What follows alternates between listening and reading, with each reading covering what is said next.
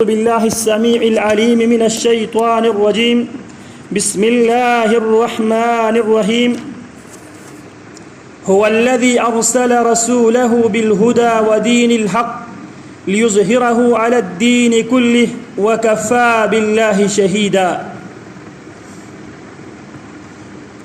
نبی اکرم صلی اللہ علیہ وسلم کو رب العالمین نے یہ مشن دے کر مبعوث کیا، اللہ کے دین کو، اللہ کی شریعت کو پورے ادیان باطلہ پر اللہ کے دین کو غالب کرنے کا مشن دے کر رب العالمین نے محمد الرسول اللہ صلی اللہ علیہ وسلم کو مبعوث کیا۔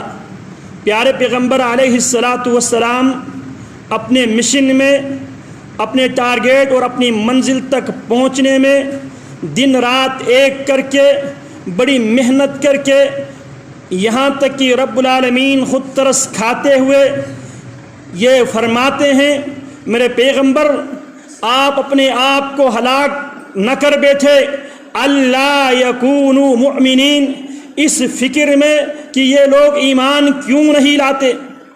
آپ کا کام صرف یہ ہے، انما علیک البلاغ، آپ کی ذمہ داری صرف پہنچانا ہے، وما علی الرسول الا البلاغ، رسول کی ذمہ داری یہ ہے رسول حق بات کو ڈنکے کے چوٹ پر صحیح انداز میں، صحیح الفاظ میں، صحیح موقعوں پہ بیان کرنا، واضح کرنا، تفصیل لوگوں کے سامنے رکھنا، تشریح کر کے کھول کھول کر بیان کرنا، یہ محمد الرسول اللہ صلی اللہ علیہ وسلم کی ذمہ داری ہے۔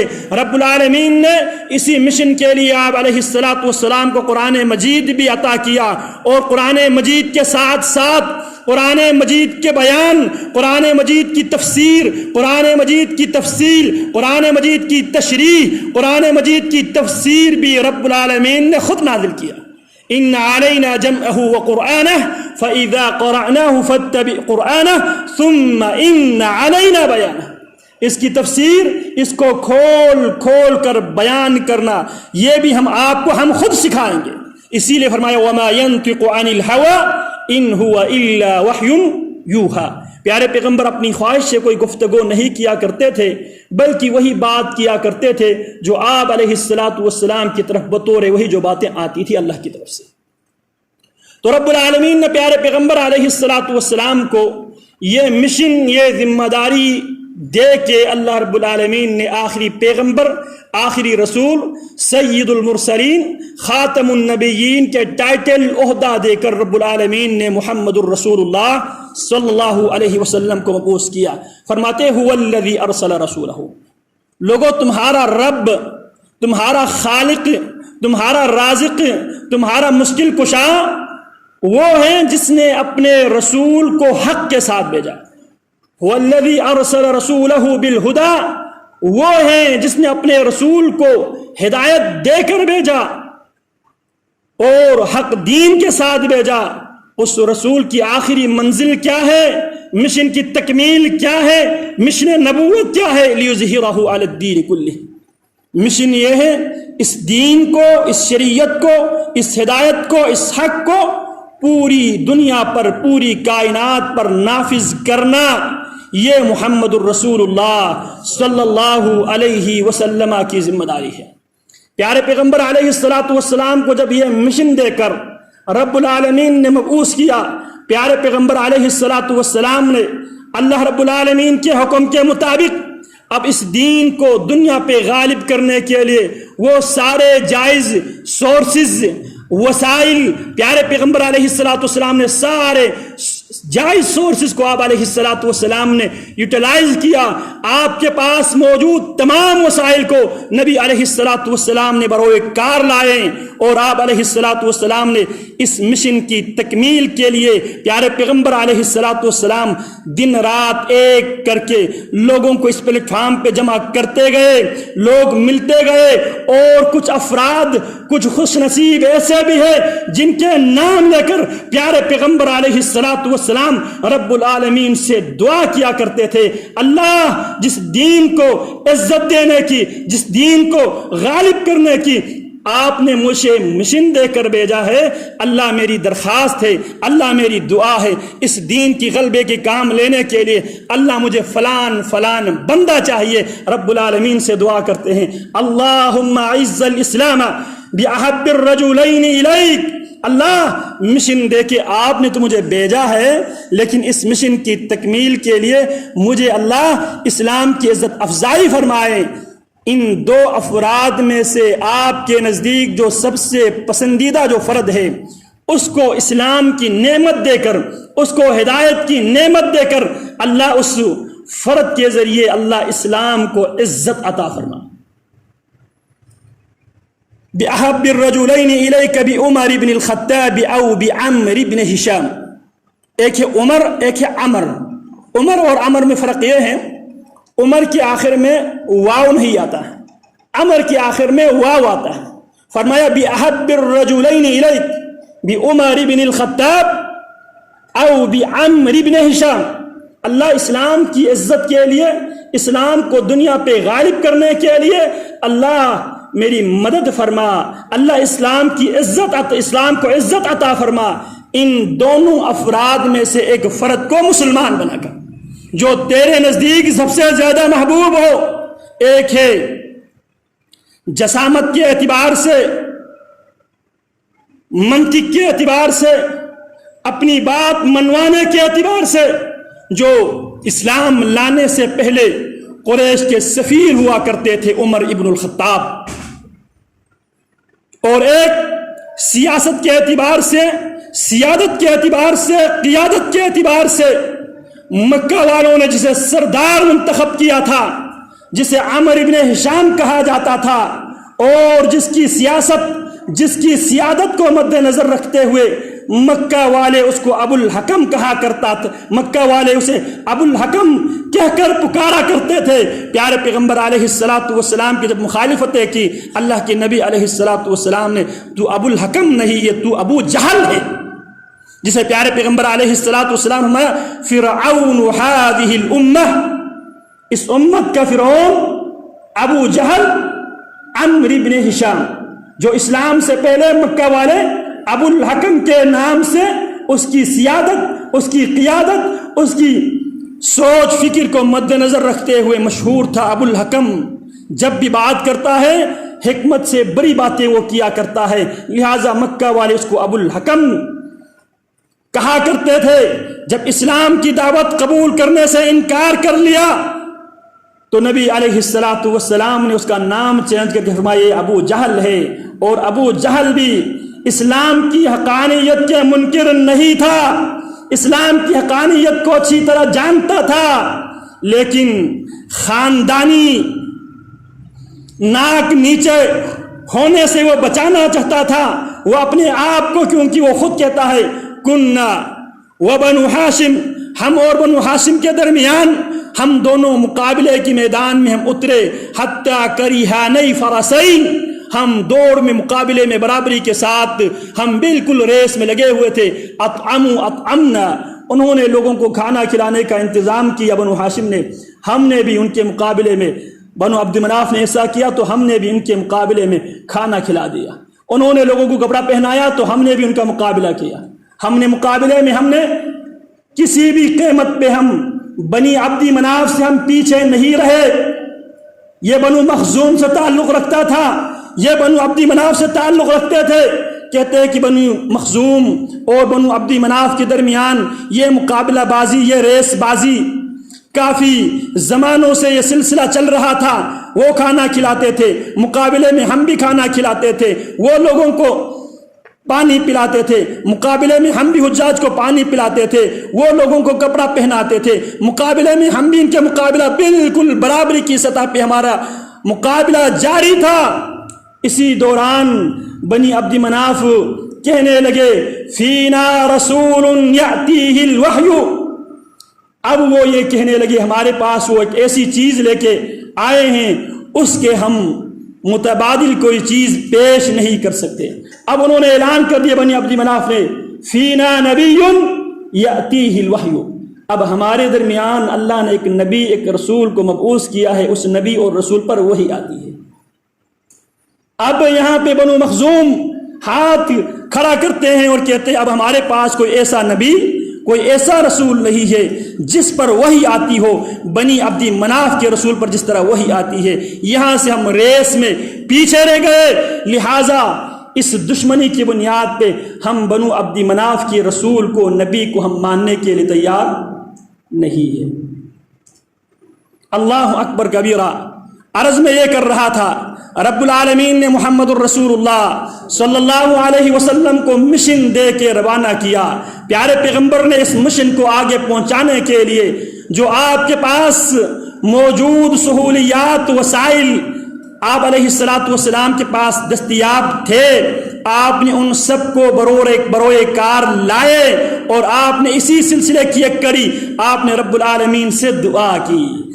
تو معلوم ہوا پیارے پیغمبر مشکل کشا، حاجت روا نہیں تھے، خود اپنی مشکل کو آسان کرنے کے لیے رب العالمین سے ڈیمانڈ کرتے ہیں، دعا کرتے ہیں، اللہ جس مشن کو، جس ذمہ داری کو آپ نے میرے کندھوں پہ اللہ عائد کر دیا ہے، اس ذمہ داری کو ادا کرنے کے لیے اللہ مجھے عمر ابن الخطاب یا عمر ابن ہشام جو بھی آپ کے ہاں پسندیدہ ہے ان میں سے کسی کو اسلام کی ہدایت دے کر اللہ اس دین کے غلبے کے لیے میرے ممد و معاون، اللہ میرے مددگار، میرے انصار بنا دے۔ رب العالمین جناب عمر ابن الخطاب رضی اللہ تعالی عنہ کے حق میں محمد الرسول اللہ صلی اللہ علیہ وسلم کی زبان اطہر سے نکلی ہوئی دعا قبول ہوتی ہے۔ سیدنا عمر اسلام لاتے ہیں، اللہ اکبر کبیرہ۔ سیدنا عبداللہ بن مسعود رضی اللہ تعالی عنہ ارضا، سیدنا عمر رضی اللہ تعالی عنہ کی پوری سیرت پہ، سیدنا عمر کی پوری سیرت پہ روشنی ڈالتے ہیں اور 3 جملوں میں انتہائی خوبصورتی کے ساتھ لوگوں کے سامنے سیدنا عمر رضی اللہ تعالی عنہ کی سیرت بیان کرتے ہیں۔ فرماتے ہیں سیدنا عمر رضی اللہ تعالی عنہ کی اسلام کے بارے میں، سیدنا عبداللہ بن مسعود رضی اللہ تعالی عنہ فرماتے ہیں کان اسلام عمر فتحا۔ سیدنا عمر رضی اللہ تعالی عنہ کے بارے میں ان کی پوری سیرت، صحابی رسول، قاری قرآن، عالم، حافظ صحابی عبداللہ بن مسعود، جس کے بارے میں پیارے پیغمبر علیہ السلام نے فرمایا تھا جو قرآن مجید کو تر و تازہ انداز میں پڑھنا چاہتا ہے فَلْيَقْرَأْ بِقِرَاءَةِ ابن ام عبد، وہ عبداللہ بن مسعود رضی اللہ تعالی عنہ کی قرات پہ قرآن مجید کو پڑھ لیں۔ اور یہ عبداللہ بن مسعود رضی اللہ تعالی عنہ کو یہ اعزاز بھی حاصل ہے جب غزوہ بدر میں معاذ اور معوذ کے ہاتھوں ابو جہل عمر بن ہشام زخمی ہوا تھا اور اس کی ابھی جان میں جان باقی تھی۔ اللہ اکبر کبیرہ۔ سیدنا ابن مسعود رضی اللہ تعالی عنہ بہت چھوٹے قد کے صحابی، کمزور قد کے صحابی، اللہ اکبر کبیرہ، ٹانگیں بہت باریک تھی، اللہ اکبر کبیرہ۔ ایک صحابی نے سیدنا ابن مسعود کی یہ ٹانگیں دیکھ کر ہنسنے پڑ گئے، ہنسنے لگے۔ پیارے پیغمبر فرماتے ہیں لہما اثقل فی المیزان، یہ باریک، یہ پتلی ٹانگ دے کر ہنسنے والے میرے ساتھی یاد رکھو، لہما اثقل فی المیزان، یہ بظاہر پتلی پنجلی تمہیں نظر آتی ہے، یہ میزان میں بہت وزنی پنجلی ہے۔ رضی اللہ تعالی عنہ۔ عمر ابن ہشام جو اس امت کے فرعون تھے، اس فرعون کے سینے پہ چڑھ کے جب اس کے گلا کاٹنے لگا، ابھی بھی اس کی اندر سے تکبر، نخوت ابھی تک نہیں گئی تھی، کہنے لگا اگر کاٹنا ہے تو نیچے سے کاٹ لینا، جب تو نیزے پہ رکھ کے جائے گا تو میں تھوڑا سا اونچا رہوں۔ اور یہ خواہش کا اظہار کیا، کاش میری موت میرے ہم پلہ کسی کے ہاتھوں ہوتا، آج میری موت راعی الغنم، بکریوں کا چرواہا ابن ام عبد کے ہاتھوں آج میری موت واقع ہو گئی۔ یہ عبداللہ بن مسعود رضی اللہ عنہ سیدنا عمر رضی اللہ تعالی عنہ کے اسلام کے بارے میں تبصرہ 3 جملوں میں کرتے، 3 جملوں میں پوری سیرت. کان اسلام عمر فتح، سیدنا عمر رضی اللہ تعالی عنہ کی قبولیت اسلام کو قبول کرنا مسلمانوں کے لیے فتح سے پہلے فتح ثابت ہوا. وَكَانَ هِجْرَتُهُ نَصْرًا، سیدنا عمر رضی اللہ تعالی عنہ کی جو ہجرت ہے مسلمانوں کے لیے اللہ کی مدد ثابت ہوئی. وَكَانَ إِمَامَتُهُ رَحْمَةً، اور سیدنا عمر رضی اللہ تعالی عنہ کی خلافت و امارت انسانوں کے لیے، جانوروں کے لیے، اللہ کی تمام مخلوق کے لیے رحمت ثابت ہو گئی. یہاں تک کہ خود فرمایا کرتے تھے واللہ لو ان بغلة فی ارض العراق اثرت لخشیت ان یسألنی اللہ عنها، فرماتے ہیں اگر ارض عراق، نجد عراق کی کسی وادی میں اگر کوئی گدھا اگر گر کر مر جائے، مجھے خدشہ ہے، مجھے خطرہ ہے اللہ رب العالمین اس کے بارے میں بھی عمر سے سوال نہ کر لے. تو نے اس جانور کے لیے، اس گدھے کے لیے تو نے راستہ کیوں ہموار نہیں کیا تھا عمر؟ اور رحمت کا یہ عالم تھا. اللہ اکبر کبیرہ. ایک وفد مدینہ منورہ میں سیدنا عمر رضی اللہ تعالی عنہ سے ملنے کے لیے وفد آتے ہیں. وفد کے سربراہ پوچھتے ہیں میں عمر ابن الخطاب سے ملنا چاہتا ہوں، اس کا آفس مجھے دکھایا جائے، اس کے سیکریٹریٹ مجھے لے جایا جائے. کسی نے کہا عمر رضی اللہ تعالیٰ عنہ یہاں کہیں گھوم رہا ہوگا. وہ کہنے لگا آپ مجھ سے مذاق کر رہا ہے، مجھے حقیقت بتا دو. خیر، لے جا کر ایک درخت کے نیچے کنکریوں کے اوپر سیدنا عمر رضی اللہ تعالیٰ عنہ اپنے ہاتھ کا سرانہ بنا کر، جب سیدنا عمر سو رہے تھے اس کافر کی زبان سے بے ساختہ یہ جملہ نکلا. رحمت کا یہ عالم تھا. کہنے لگا عدلت فامنت فنمت یا عمر، عمر عدلت، تو نے عدل سے کام لیا. فامنت، جب تو نے روئے زمین پہ اللہ کی شریعت کی روشنی میں عدل انصاف کو جب تو نے قائم کر دیا. اور عدل و انصاف کا بھی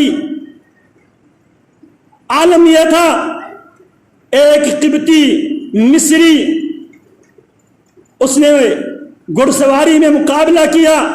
مصر کے گورنر داہیت العرب سیدنا عمر ابن العاص رضی اللہ تعالی عنہ کے بیٹے کے ساتھ مصر میں مقابلہ بازی کا میدان سج گیا.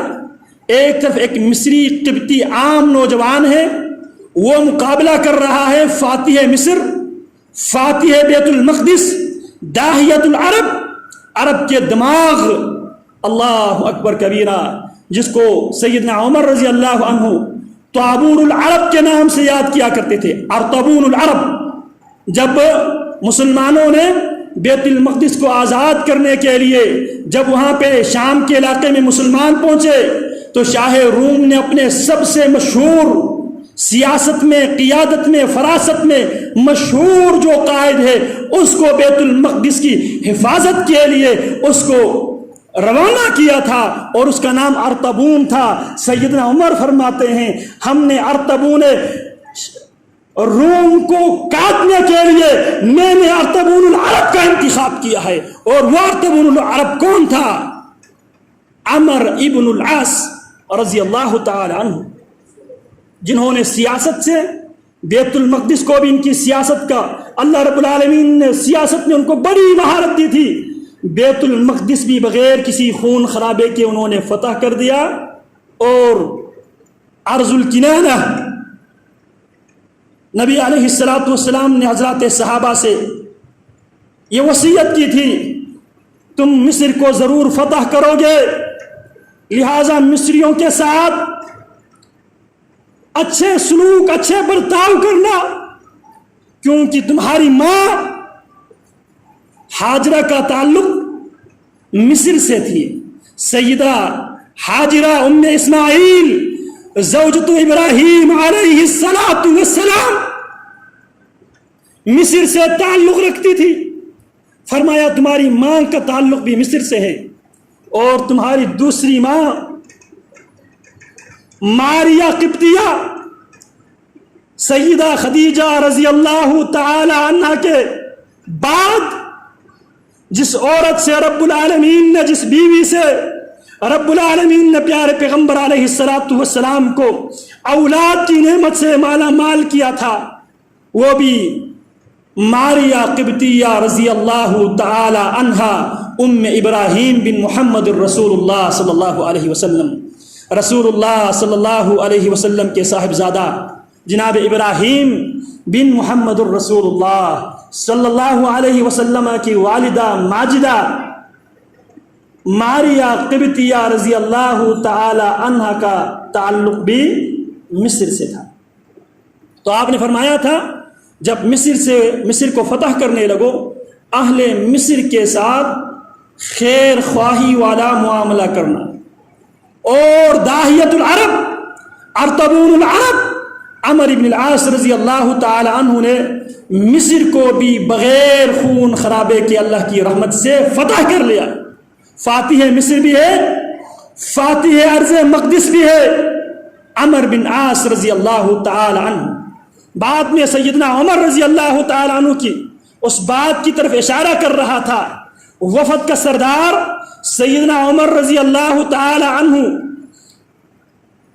جب کنکریوں پہ اپنے ہاتھ سرانہ بنا کے آرام سے بے خوفی، اطمینان، چین، سکون کے ساتھ نیند کے عالم میں جب اس کافر نے دیکھا، اس کافر نے جو جملہ ادا کیا تھا، امنت فعدلت فنمت یا عمر، روئے زمین پہ تو نے عدل والا معاملہ نافذ کر دیا، عدل انصاف تو نے نافذ کر دیا، لہذا تو خود بھی امن میں آ گیا، تیرے سارے رعایا بھی امن میں آ گئے، تو لہذا فنمت یا عمر، کنکریوں پہ عمر تجھے نیند بھی آ گئی.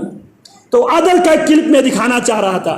تو یہ عمر بن العاص رضی اللہ تعالی عنہ مصر کے گورنر ہیں.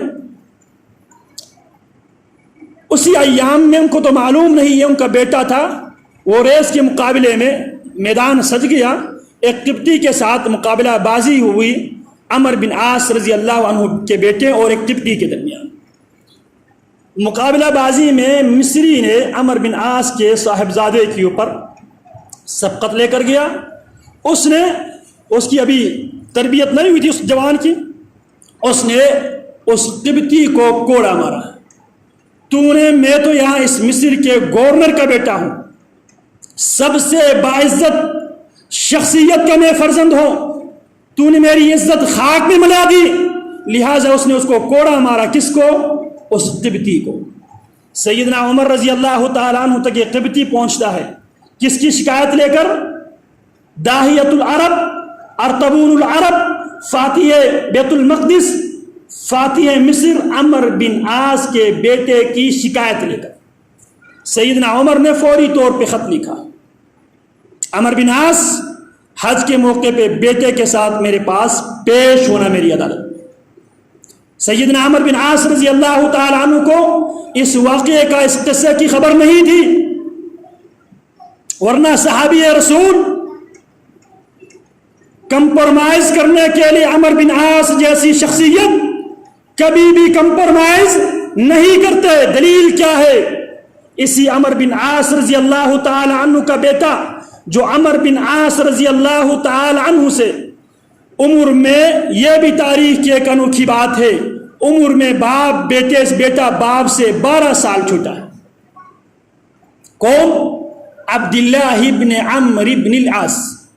یہ کثرت کے ساتھ روزہ رکھا کرتے تھے، ہمیشہ روزوں کی حالت میں، ان کے دن روزوں کی حالت میں گزرتا تھا، رات قیام اور عبادت کی حالت میں گزرتی تھی.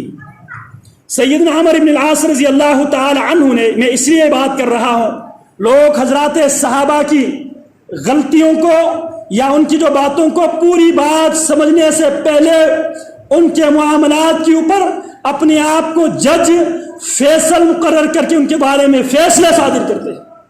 تو میں یہ عرض کر رہا ہوں اس غلط فہمی کو دور کرنے کے لیے، جناب عمر بن عاص کے علم میں یہ بات نہیں تھی۔ دلیل کیا ہے؟ دلیل یہ ہے جناب عمر بن العاص رضی اللہ تعالی عنہ کا جو دوسرا بیٹا عبداللہ بن عمرو بن العاص، جو بہت زیادہ متقی پرہیزگار، ہر رات روزانہ ڈیلی بیس پہ ہر رات کو قرآن مجید کا جتنا حصہ نازل ہوا تھا ان کو روزانہ ڈیلی بیس پہ ہر رات قرآن مجید کا ختم کیا کرتا تھا۔ کون؟ عبداللہ بن عمرو بن عاص۔ جناب عمر بن العاص نے ایک خاندانی لڑکی کے ساتھ اپنے بیٹے عبداللہ بن عمرو بن عاص رضی اللہ عنہ کی شادی کرتے ہیں۔ اچھی طرح بات سمجھ لیں، سیدنا عمر بن عاص نے اپنا جو بڑا بیٹا عبداللہ بن عمر بن عاص رضی اللہ، میں یہ بتانے لگا ہوں جناب عمر بن العاص کی دیانت داری، انصاف پسندی۔ اب یہ جو واقعہ مصر میں پیش آیا ہے، اس واقعے سے جناب عمر بن العاص بے خبر تھے۔ دلیل میں دینے لگا ہوں، عبداللہ بن عمر کی شادی ہوتی ہے ایک خاندانی قریشی لڑکی کے ساتھ۔ شادی ہونے کے بعد عمر بن عاص اپنے بیٹے کے گھر تشریف لاتے ہیں۔ کون؟ عمر بن عاص تشریف لاتے ہیں بیٹا عبداللہ بن عمر بن العاص کے گھر میں۔ بہو کو عجیب کیفیت میں جب دیکھا، کس نے؟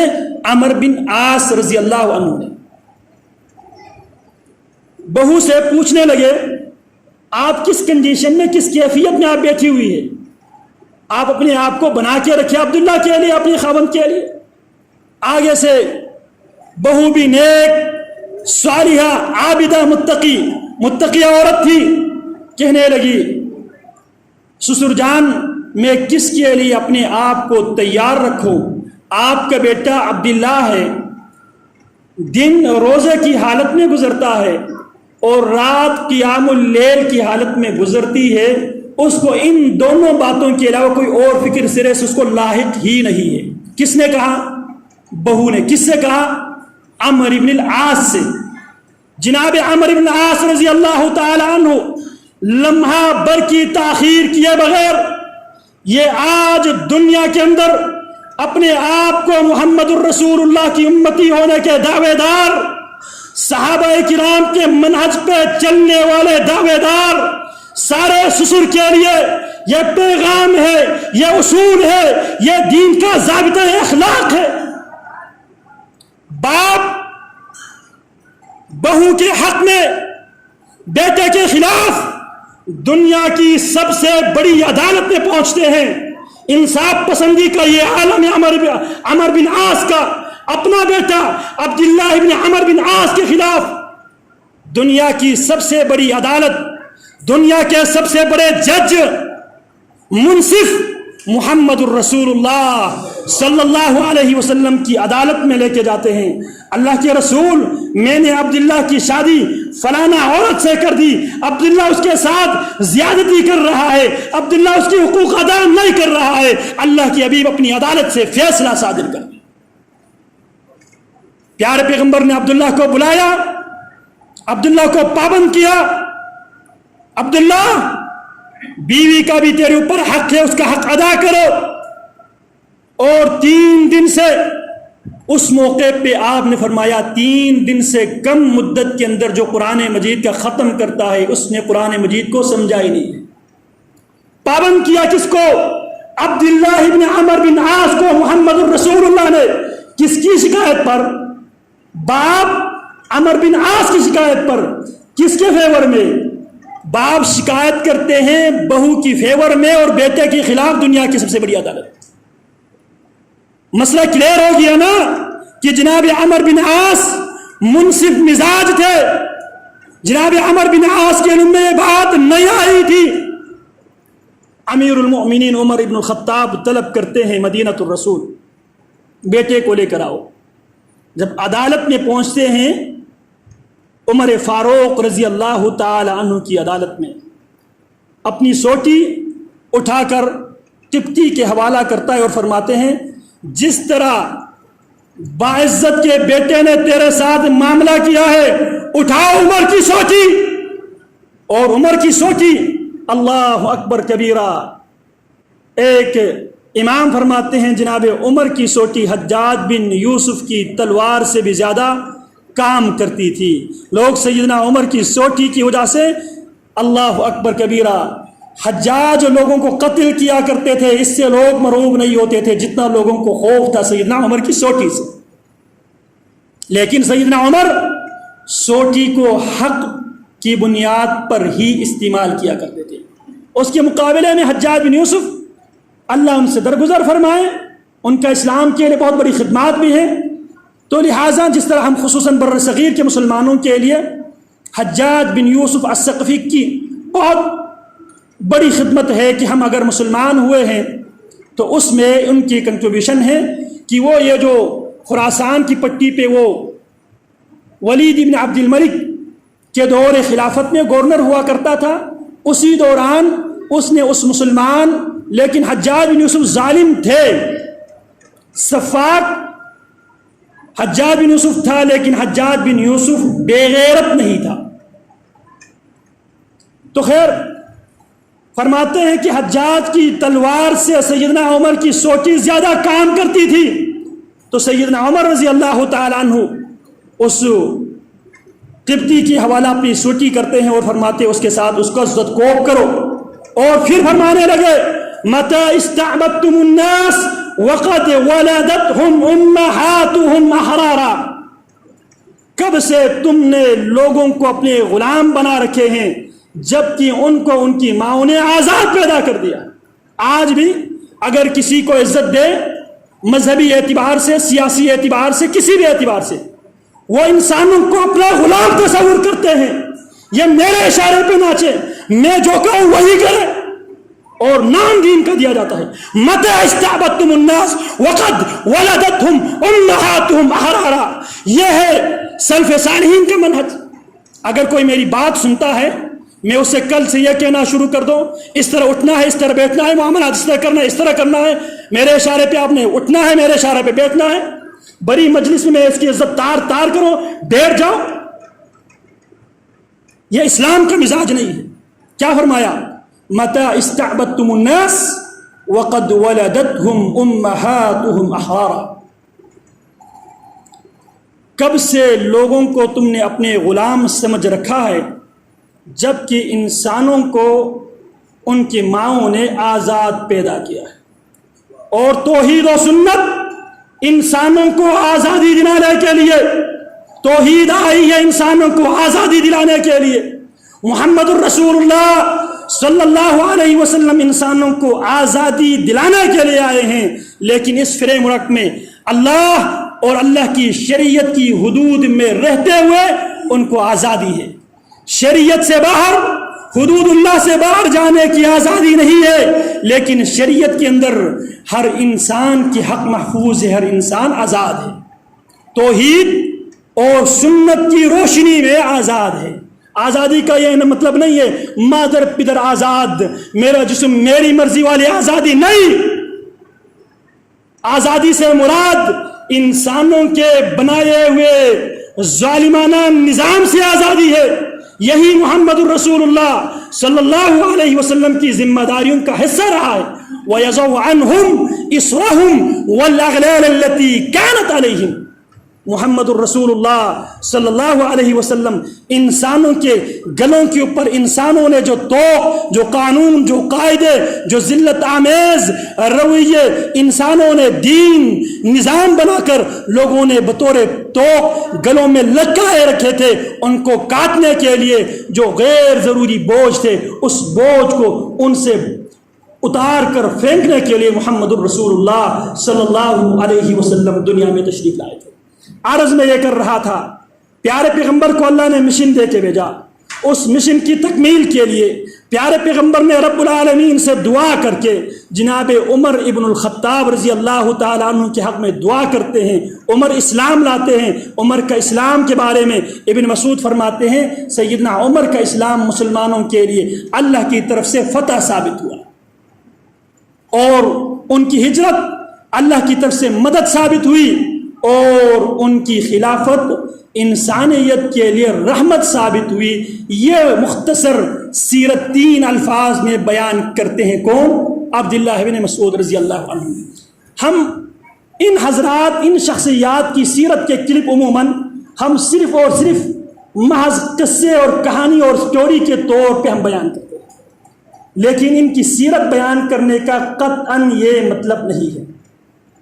اب آپ کسی بھی مسجد سے جانے کے بعد آپ اپنے کسی بھی دوست سے پوچھ لیں، کسی بھی ساتھی سے پوچھ لیں، آپ کسی کے سامنے بھی یہ سوال رکھے، کسی چرسی بنگی مسلمان کے سامنے آپ یہ سوال رکھے، جناب اسلام کو غالب آنا چاہیے یا نہیں آنا چاہیے، سب کا ایک ہی جواب ہوگا۔ بنگی سے پوچھے بشرطے کہ وہ اسلام سے کی طرف نسبت رکھتا، چرسی سے پوچھے بشرطے کہ اسلام کی طرف وہ نسبت رکھتا ہو، بے نمازی سے پوچھے، سود خور سے پوچھے، ظلم زیادتی کرنے والے سے پوچھے، دوسروں کی زمین پہ، سرکاری زمین پہ ناجائز قبضہ کرنے والے لینڈ مافیا سے آپ پوچھ لے، زندگی کے جس بھی طبقے سے تعلق رکھنے والے انسان کے سامنے آپ یہ سوال رکھ لے، جناب آج مسلمان جن حالات سے دوچار ہے، کیا اسلام کو غلبہ ملنا چاہیے یا نہیں ملنا چاہیے؟ آپ کو سب کی طرف سے جواب یہی آئے گا، اسلام غالب آنا چاہیے، اللہ کی شریعت روئے زمین پہ غالب ہونی چاہیے۔ ہر ایک کی طرف سے آپ چیک کر کے دیکھ لیں، ہر ایک آپ کو یہ جواب دے گا۔ سیدنا حسن بصری رحمت اللہ علیہ ائمہ تابعین میں سے ہیں۔ کون؟ حسن بصری رحمہ اللہ۔ بعض لوگوں نے اس روایت کو پیارے پیغمبر علیہ الصلوۃ والسلام کی طرف منسوب کیا ہے، لیکن حضرات محدثین کی تحقیق یہ ہے، یہ پیارے پیغمبر علیہ الصلوۃ والسلام کی طرف اس بات کی نسبت درست نہیں ہے۔ اس بات کی نسبت ائمہ تابعین میں سے بہت بڑے امام حسن بصری رحمت اللہ علیہ۔ یہاں ایک اور بات بھی ذہن میں رکھ لیجئے، ایک تاثر یہ دیا جاتا ہے، ایک پروپیگنڈا یہ پھیلایا جاتا ہے، یہ لوگ اولیاء اللہ کو نہیں مانتے، ائمہ دین کو نہیں مانتے۔ لوگوں یاد رکھ لو، ائمہ ہدا سے، ائمہ اربعہ سے، ان کے علاوہ دیگر ائمہ کرام سے کسی زمانے میں جن کے فقہ چلتے تھے، امام ابو حنیفہ نعمان ابن ثابت الکوفی رحمت اللہ علیہ، امام مالک ابن انس امام دار الہجرہ رحمت اللہ علیہ، امام محمد ابن ادریس ابن شافعی رحمت اللہ علیہ، امام احمد ابن محمد ابن حنبل الشیبانی رحمت اللہ علیہم اجمعین۔ ان سب سے محبت میرے عقیدے کا حصہ ہے، ان سے ادب کا، عزت کا، احترام کا، ان کے لیے دعا کرنے کا میرے رب نے مجھے پابند کیا ہے۔ والذین جاءوا من بعدهم یقولون ربنا اغفر لنا ولاخواننا الذین سبقونا بالایمان۔ اللہ ہمیں بھی بخش دے، ہمارے ان تمام بھائیوں کو بخش دے جو ایمان پر ہم پر سبقت لے کر گئے۔ یہ ائمہ دین ایمان کے معاملے میں ہم پر سبقت لے کر گئے ہیں، ان سب سے محبت میرا ایمان کا جز ہے۔ انہی ائمہ میں سے ایک حسن بصری رحمت اللہ علیہ بھی ہے۔ بات اگر میں اس طرف جاؤں، بات لمبی نہ ہو جائے، تو جتنے بھی اولیاء اللہ سے، ائمہ سے محبت ہمارا ایمان کا جز ہے، لیکن ساتھ ساتھ عقیدہ یہ ہے، پیارے پیغمبر کے بعد کسی بھی امام، کسی بھی ولی، کسی بھی محدث، کسی بھی مجتہد پر وحی نہیں آئی۔ جب بات وحی کی آئے گی، اماموں سے محبت، عزت، احترام، مودت کی رشتے کے باوجود جب بات آئے گی محمد الرسول اللہ کی، امام کائنات کی بات آئے گی، دنیا ایک طرف، محمد الرسول اللہ کی بات ایک طرف، یہ ایک مسلمان کا ہم سب کا یہ عقیدہ۔ ہم اماموں کو اس انداز میں مانتے ہیں، اسلام کی وہ خدمتگار تھے، لیکن نبی اور رسول نہیں تھے۔ ہم نبی اور رسول کے مقابلے میں کسی کو ماننے کے لیے تیار نہیں ہے۔ بات میں یہ کر رہا تھا جناب حسن بصری رحمت اللہ علیہ کی۔ سوال میں نے آپ کے سامنے آپ کو یہ سوال سمجھایا تھا، آپ زندگی کے جس بھی شعبے سے تعلق رکھنے والے انسان سے سوال کرے جناب اسلام کو دنیا میں غالب ہونا چاہیے یا نہیں ہونا چاہیے، سب آپ کو جواب دے گا، وہ جس بھی لین کا ہو جواب آپ کو یہی آئے گا کہ اسلام کو غلبہ حاصل ہونا چاہیے۔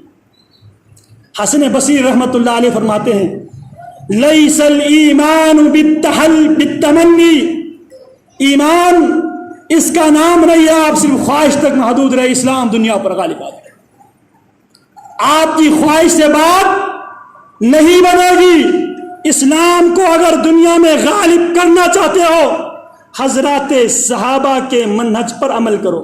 حضرات صحابہ خصوصاً جس شخصیت کا میں نے مختصر سا تذکرہ کیا ہے عمر ابن الخطاب رضی اللہ تعالی عنہ، یہ لوگ سیدنا عمر اسلام کو دنیا پہ غالب کرنے کے لیے ان کے پاس باری بعد میں آتی ہے، اسلام کو اپنے 5 فٹ کے جسم پر 5 مرلے کے گھر پر اسلام کو غالب پہلے کرتے ہیں۔ پیارے پیغمبر علیہ الصلوۃ والسلام کی یہ عادت تھی، پیارے پیغمبر اپنے ساتھیوں کی خبر گیری کے لیے بس اوقات مدینہ کی گلیوں میں رات کی تاریکی میں بھی گشت کیا کرتے تھے۔ پیارے پیغمبر علیہ الصلوۃ والسلام کا گزر ہوا صدیق اکبر کے گھر سے، صدیق اکبر بھی جس طرح رومن امپائر کے پاس جب وہ وہاں سے شکست فاشت ہو کے بیت المقدس سے نکل کر ارض روم واپس چلا گیا اور ایک رومی اسیر قیدی جو کچھ عرصہ مسلمانوں کے پاس بطور قید وہ رہا تھا، مسلمانوں نے اس کو آزاد کر دیا تھا، جب یہ قیدی شہنشاہ روم کے پاس جاتا ہے، شہنشاہ روم ان کے بارے میں پوچھتا ہے تو جن کے پاس رہ کے آیا ہے ایک ان کو تو کیسے پایا ہے، کس طرح پایا ہے؟ اس نے کہا کانوا رہبانا باللیل وفرسانا بالنہار، بادشاہ سلامت جس قوم سے آپ کا پالا پڑا ہے وہ قوم وہ ہے، اور راتوں کو وہ مسلح کو آباد کرنے والے، سب سے پہلے رات کے ٹائم پہ اسلام کو اپنے اوپر غالب کرنے والے، پھر دن کے ٹائم پہ گھوڑوں کی پیٹھ کے پر بیٹھ کر اسلام کو دنیا پہ غالب کرنے والے۔ پھر یہ بات سن کر شہنشاہ روم کیا کہتا ہے، اگر جو بات تو کر رہا ہے اگر ایسی ہو یاد رکھو وَسَتَمْلِكُ تَحْتَ قَدَمَيَّ حَاتَيْنِ، اگر بات ایسی ہے یاد رکھو یہ لوگ جس جگہ پہ میں بیٹھا ہوں اس جگہ پر بھی یہ لوگ فاتح بن کر آئیں گے، یہاں پر محمدی پرچم لہرائیں گے۔ تو عرض میں یہ کر رہا تھا اسلام کے غلبے کے لیے آج ہر آدمی خواہش تک محدود ہے، اسلام کو اگر غلبہ چاہتا ہے تو سب سے پہلے اپنے 5 فٹ کے وجود پر اسلام کو غالب کر دو۔ سیدنا عمر رضی اللہ تعالیٰ عنہ پہلے اپنے 5 فٹ کی وجود پر اسلام کو غالب کر دیا، پھر اپنی ایام خلافت میں اسلام کو دنیا پہ غالب کر دیا۔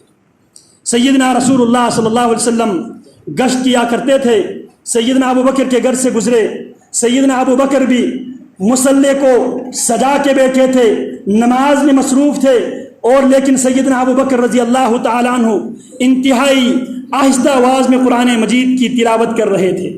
سیدنا عمر کے گھر سے گزرے، سیدنا عمر بھی راتوں کو اسلام کو اپنے اوپر غالب کر کے اسلام کو اپنے 5 فٹ کے وجود کے اوپر اور 5 فٹ کے 5 مرلے کے گھر کے اوپر اسلام کو غالب کرتے ہوئے نظر آئے۔ سیدنا عمر اونچی آواز میں تلاوت کر رہے تھے تو پیارے پیغمبر علیہ الصلوۃ والسلام اگلے دن سوال کرتے ہیں، سیدنا ابو بکر فرماتے ہیں اس میں امن اناجی، اللہ کے حبیب میں آہستہ آواز میں اس لیے تلاوت کر رہا تھا میں جس کو سنانا مقصود ہے وہ سمیع بصیر ہے، وہ سن رہے تھے۔ سیدنا عمر سے پوچھا، کہنے لگا ارقد الشیطان، اللہ کے بھی اونچی آواز میں تلاوت کر کے میں شیطان کو بگاتا ہوں۔ شیطان سے سیدنا عمر کو بہت زیادہ دشمنی تھی۔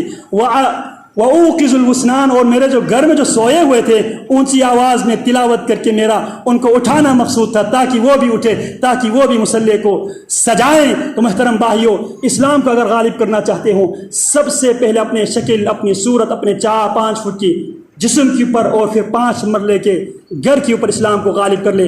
اللہ رب العالمین صحیح معنوں میں حضرات صحابہ کرام رضوان اللہ علیہم اجمعین کے نقش قدم پہ چلنے کی توفیق عطا فرمائے۔ اقول قولی هذا واستغفر اللہ لی ولکم ولسائر المسلمین من کل ذنب فاستغفروه انہ هو الغفور